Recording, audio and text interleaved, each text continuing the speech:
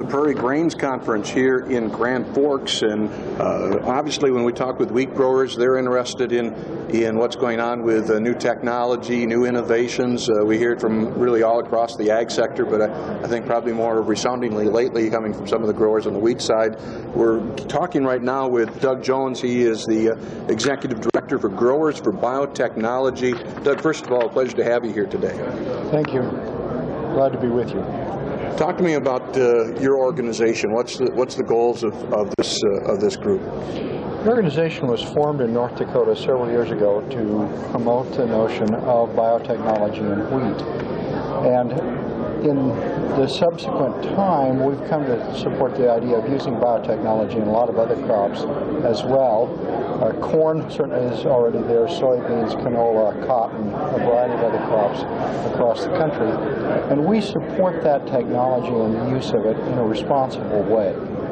So, Doug, what's key as far as your job description? Is it your job to go overseas and make sure everybody's in line and ready to accept this? No, we don't work overseas. Our job is to educate particularly policymakers, state legislators specifically, because as legislatures change, there are less and less people in any state legislature who have an agricultural background. And it's not that they're anti-agriculture, they just don't have a knowledge base. And we want to inform them not only about biotechnology, but about modern high-technology agriculture, satellites, GPS, GIS, all of the things we use as modern farmers that they just flat don't know about. You think about auto steer and everything else. In today's agriculture, it's a high-tech business, so the policymakers really probably don't have a clue on what's going on in the sector. That's exactly right. They just don't have any knowledge base of the use of satellite imagery, the use of GPS, variable rate spraying and fertilizer, and not only biotechnology, but high technology seed, whether that's modern hybrids or other kinds of things that we use as a part of our collection of tools in modern agriculture. And we're going to have to continue to advance that if we're going to feed the 9 billion people we expect on this earth by 2050. We started the show with Mike Lockhart looking at the crop budgets for next year, and they're right here. He first said, well, I like wheat, but the bottom line is the bottom line. It just doesn't compete unless you get 70 bushel yields or better. And I kind of feel like the wheat industry feels that they are falling further and further behind some of the biotech crops.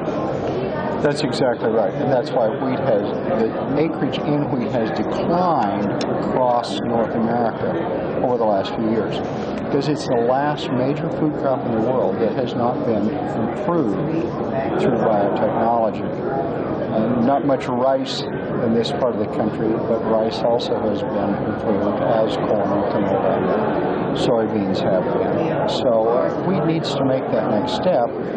And people like Norman Borlaug, pretty well-known name, who's founded the last green revolution, has said biotechnology is the next coming green revolution in the world. So how do you get the word out? How do you change the minds, especially in state capitals?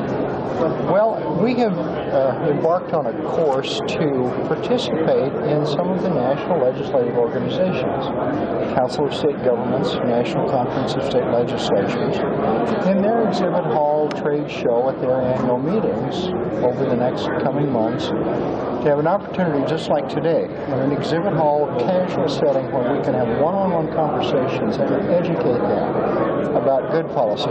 As a former legislator, the best place to change legislation is before it's ever introduced. And that's what we're about, is educating particularly policymakers who don't have the background in agriculture that we have. Doug Jones with us again. Growers for Biotechnology. We're coming to you today from the Prairie Grains Conference underway in Grand Forks. This is the Red River Farm Network.